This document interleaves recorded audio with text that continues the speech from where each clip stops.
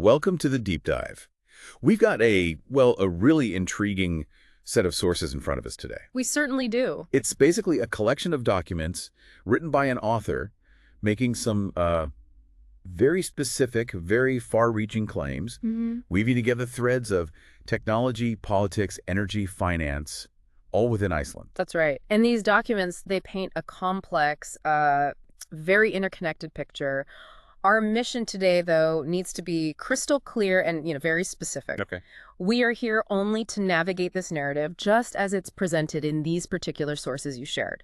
We'll pull out the key relationships, the events, the claims the author describes. Right. But, and this is important, we are absolutely not adding any outside context. We're not making any judgment calls on whether these claims are, valid or not. Exactly. Think of it like we're stepping into the author's world, just as described in these pages, and mapping out the story he tells. It's really about understanding this specific perspective presented in the source material. Okay, so let's start trying to navigate this web the author's laid out. Beginning, maybe, with the tech scene, as he describes it, sort of the early days. Sounds good. The sources, they set the stage with context around Microsoft Iceland and individuals who used to work for Navision Software Iceland. We learn about emails mentioned in late 2002, specifically October, early November. And crucially, according to the author's timeline provided here, the day after one of these emails in November 2002, he says he traveled to Copenhagen. Okay. The trip was apparently to meet his brother, who the source notes had been working with Open Curfy and HP for, several years by then. And this is interesting timing because Microsoft Inc. had actually acquired Navision Software AS and Navision Software Iceland. That's the private limited company designation in Iceland. Right. That acquisition happened back in May 2002, so just a few months before this Copenhagen trip. Exactly. So you have these former Navision employees transitioning, becoming employees of Microsoft Iceland. And the source highlights a very specific interaction where, according to the author, a former Navision employee, Di Johannesson, tells him completely out of the blue that he's going to do it for them. Do it for them. Vague. Very vague. The author states he didn't know what it was, but claims the CEO of Microsoft Iceland at the time, Elvar Stein Horkelson, was actually present during this conversation. And the sources also point out that this same CEO, Elvar Stein Horkelson, later went on to take a position with Microsoft Russia.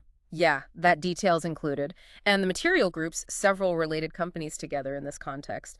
Timmy F., Microsoft Iceland, Microsoft Russia, Strenger HF, that's a public limited company, HF Kussen Iceland Kapasen HF, and Hergy HF. So the author really positions Microsoft and these connected entities very early on in the narrative he's building. Definitely. This tech backdrop seems to be kind of setting the stage for the next big shift described in the sources. Which happens when the author returns to Iceland from England or Denmark. Exactly. And this is where the political landscape starts to really intersect with his account. Precisely. So the author reports meeting the manager of Strengor HF. He's identified as John Ingi Bjornsson, who, the source notes, later became CEO of Trackwell HF. Now, here's where the narrative gets, particularly pointed in these documents. Okay. What's striking, as the author presents it anyway, is that on the very same day as that meeting with the Strenger manager, right, at lunchtime, apparently a meeting took place involving the leader of the Progressive Party at the time, Halldór Ásgrímsson. He was the foreign minister then. And the author gives us his interpretation of what this meeting might have been about. What does he suggest? He suggests Halldór Ásgrímsson might have been discussing buying the Icelandic software fund and investing in the industry, and he explicitly links this potential discussion to his own, quote, ingenuity. His ingenuity. Okay. And the source notes that the manager of Strengor HF, John Ingi Bjornsson, apparently wanted the author to know about this meeting. Valdur Sverrisdóttir is also mentioned as being the Minister of Industry and Commerce around then. And the author seems to draw a direct line from this event, this meeting, to a negative outcome for him personally. Yes, stating pretty bluntly, soon after that, my Icelandic webmail became sorry. Became sorry. Okay. The sources then provide some background on Halldór Ásgrímsson's political career, listing his various minister roles before he became prime minister, which was 2004 to 2006. Right. He later served as Secretary General of the Nordic Council of Ministers in Denmark. The author even throws in this very specific detail about him meeting Tony Blair at number 10 Downing Street in February 2006. Wow, okay. And the material suggests Halldór Asgrímsson became more prominent around the University of Akureyri soon after that Strangor meeting, mentioning something called Knowledge Guard located there. Yes, that connection is made. The sources also bring in Gunnlaugur M. Sigmundsson, noting his political history within the same Progressive Party. And his son, Sigmundur Davíð Gunnlaugsson, who was prime minister when the source was written, is mentioned in the context of being questioned about tax havens. It feels like the author includes these details to sort of bolster the political connections he sees everywhere. Okay, going back to John Ingi Bjornsson, the Strangor manager, for a second. The sources say he told the author about a planned merger. Yes, between Landsteiner HF and Strangor HF. And this merger did happen, resulting in Landsteiner Strangor HF. There's also a sort of general connection drawn in the material between Kaupfélag Eyfirðinga Kaldbakur HF and the history of the Progressive Party. Right. And all of these connections, according to the author, they feed into this central, really persistent claim that forms the absolute backbone of these documents. Which is? His core assertion that his ingenuity is the fundamental origin point for significant tech developments, the foundation upon which, he claims, numerous companies were built. And this is explicitly linked to a theme he actually states himself: targeting software theft, copyright theft, the backbone of the expansion. He even quotes the economist Jeffrey D. Sachs, stating, "We live in a web of lie," and then adds his own comment. As you know, Cyrus enables the liar. Strong words. Very. And the sources then present this really powerful claim that companies like Facebook, Google, Marel, and Osser represent ideas that came true, and that these specific companies were mentioned by the Progressive Party around March 18th, 2013, seemingly connected to his claims. He goes even further than that, doesn't he? Claiming social network sites, specifically he names Facebook, Twitter, MySpace, LinkedIn, Reddit, are his ingenuity. That's what he states. Originating, he says, from his personal need to connect while living abroad, each site having different purposes. He really emphasizes that he gave this ingenuity the name too. All of it. Wow. And the author reports his belief that companies were built on his ingenuity, not that he gave it away freely. And furthermore, he alleges that a portion of the revenue generated from this has been used to build AI. So beyond social media, what other areas does he claim? He lists quite a few. One, laptop per child, one goal, feed and reader technology, mentioning RSS and XML. Okay. Ingenuity related to the music industry using the internet, and concepts related to Keyhole and DoubleClick. Keyhole, that became Google Earth, right? And DoubleClick, Google's advertising platform. The connections are implied by the names, yes. His summary statement on all this is quite direct. The ingenuity is myself, build-up of my own life, the laptop, one laptop per child, the internet, movies, etc. The sources also contain a sort of warning or statement linking intellectual property and truth. Yes. If you lie once about the origin of an invention, you will be ready to do it again. And there's a note included that some companies he links to this whole situation have faced accusations of bribery elsewhere. Right, and he seems quite frustrated about how his claims have been received. Oh, absolutely. He expresses significant frustration, stating something like, "I find it difficult to understand if someone can misunderstand, think like a knowledge guard or something like that. Founder license registered. The purpose is so obvious." He insists he named the ingenuity and owned the slogans. And there's a financial dimension he brings up. Yes, he mentions a potential return he feels is due. 5% or 10% real return per year on the money for 2 decades. They already have a copy-paste of my money at least once or maybe twice. Okay, so this focus on managing and securing his claimed ingenuity brings us to these concepts of knowledge guard and energy guard that you mentioned earlier. Exactly. According to the author's narrative here, the whole knowledge guard idea came from his desire for his ingenuity. The ideas he claims are his to be formally protected, supported by the Icelandic legal system, the courts. The intention, as he presents it, was for a development and holding company to manage licenses and make sure everything was, by the book. And the sources name these entities. Yes. Hekkingaver F, which translates to Knowledge Guard Ltd, and Orkuverer F, or Energy Guard Ltd. Okay. And there's a notable detail the author points out.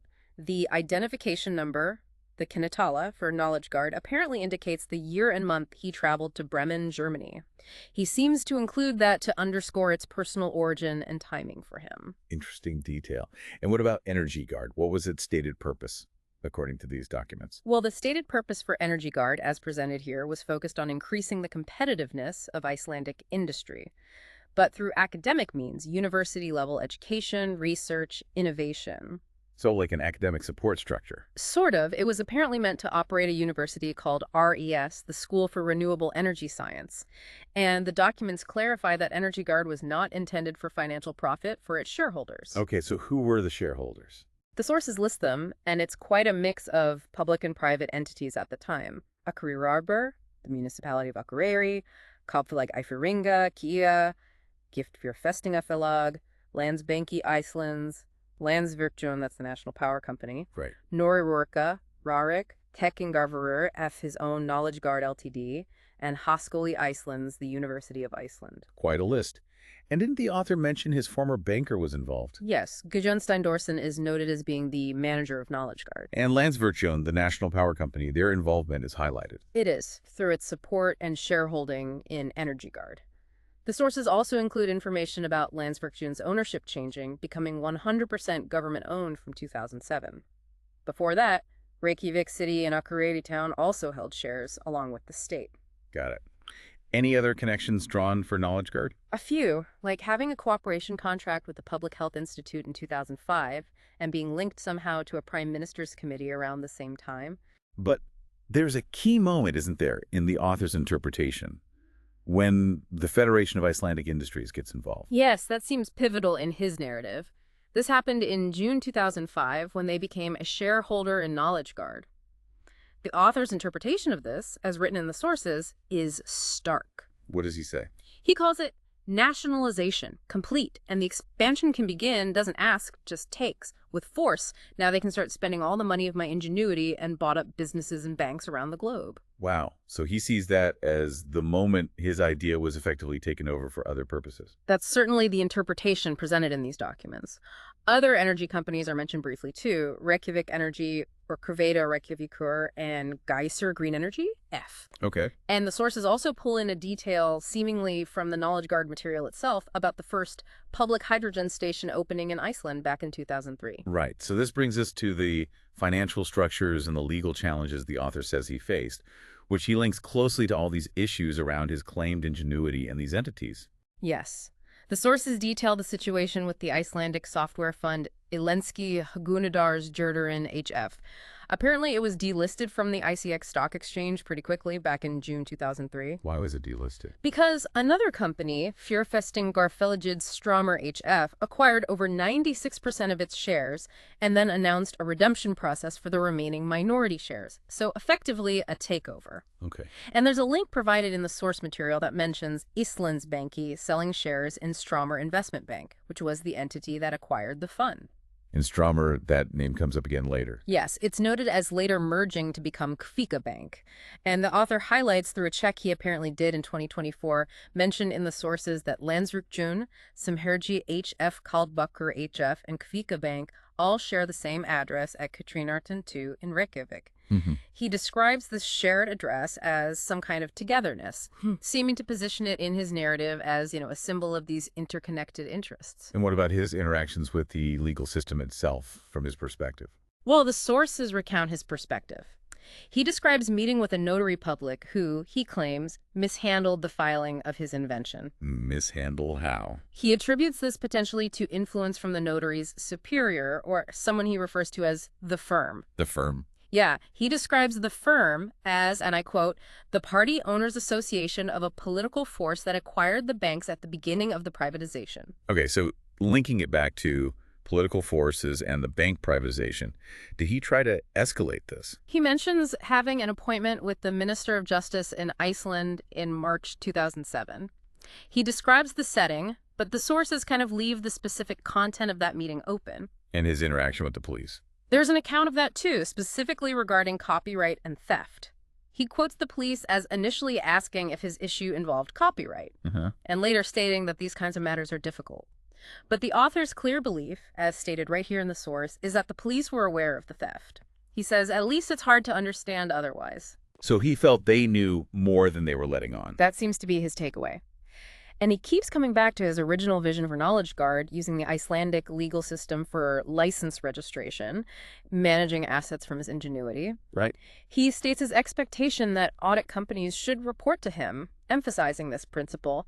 There is a difference between working with or owning. And he mentions his own background here. Yes, in auditing and accounting, perhaps to lend weight to his understanding of, financial structures and ownership. Okay, so finally, the sources seem to expand this network even further, right? Connecting specific people, companies, even suggesting a kind of global dimension. They do. You see individuals acting as connectors between some of these key entities the author focuses on. Like who? Well, for instance, Johannes Gevier Sigurðsson is noted as having served as a shared board chairman for both Landsvirkjun and Kaupfélag Eyfirðinga Kaldbakur HF. Linking the energy company and the cooperative investment firm. Exactly. And Magnus Gaudi Gaudasson is mentioned as being management at Kaupfélag Eyfirðinga and later managing director of Kaldbakur HF. Okay. Then there's Eidokur S. Johansson. His career path is detailed across Kaupfélag Eyfirðinga, Bauger Group, Vodafone, and eventually becoming chairman of Samherji HF, representing Kaldbakur HF. Samherji, the large fishing company. That's the one. There's also a reported connection that Apple's operator in Reykjavik invested in Sildar Fimsluni HF, which is part of the Samherji corporate network. Just another thread the author includes. And political connections keep appearing, particularly around Landsvirkjun. Yes, the board members listed in the sources include names like Fredrik Sophusson, Paul Magnusson, Arnie Magnusson, individuals with political backgrounds, and Ragna Arnardóttir, who was a former justice minister, is mentioned as later becoming deputy director there. And the author broadens the scope globally at this point. He does by pointing to examples of major international tech companies hiring former politicians. He specifically mentions Al Gore and Eric Schmidt joining Apple's board. Right. And Nick Clegg and Helle Thorning-Schmidt taking roles at Facebook. He seems to present these as examples of a wider pattern that he feels is relevant to his own situation. Interesting comparison he's drawing there. Are there other miscellaneous entities mentioned? Yeah, in the Knowledge Guard source material, other names pop up, seemingly related tangentially or just associated within that document.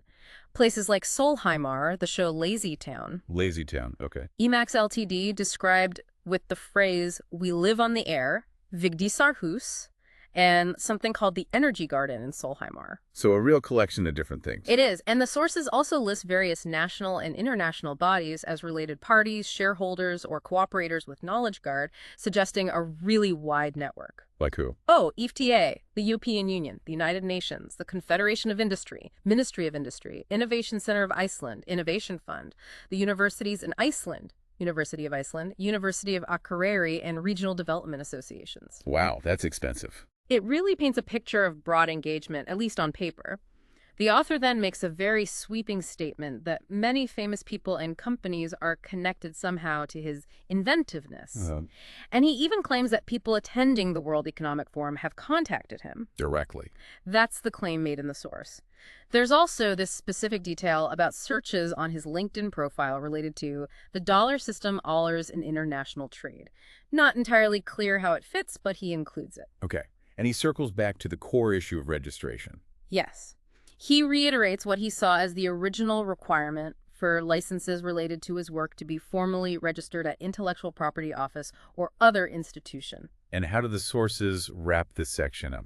Well, the author concludes this part by stating that readers would really need to examine those Google documents, which we assume means the source material itself, to fully grasp the whole picture he's trying to paint. Okay, so after navigating all of that, what's the takeaway? What emerges from sticking strictly to these specific documents? Well, as it's laid out in this material, we've definitely explored a very, very dense and highly interconnected picture. It spans technology companies, big financial entities, prominent political figures, particularly linked to the Progressive Party and his narrative, and major energy interests in Iceland. And it's all viewed consistently, relentlessly, really, through the lens of the author's central claim, isn't it? Absolutely. That his fundamental ingenuity is the real source of major technological ideas, and that this ingenuity, along with any assets it could generate, was deliberately targeted, co-opted, and taken. And just to reiterate for everyone listening, throughout this deep dive, we have stuck strictly to presenting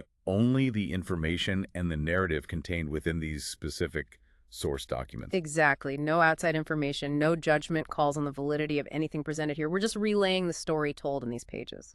Following such a detailed and frankly personal narrative presented through these specific accounts of interactions, company structures, political timelines, it certainly highlights the complexity involved in tracing relationships and events. especially when you're viewing it all through this particular lens of claimed intellectual property theft and alleged appropriation. Definitely. So maybe the question to leave you with as you reflect on this specific collection of accounts described in these sources we've discussed today. Yeah. What does this particular narrative suggest to you about the challenges of intellectual property? About navigating really complex corporate structures and maybe understanding the role of political connections within a small nation's innovation landscape when seen solely through this precise perspective?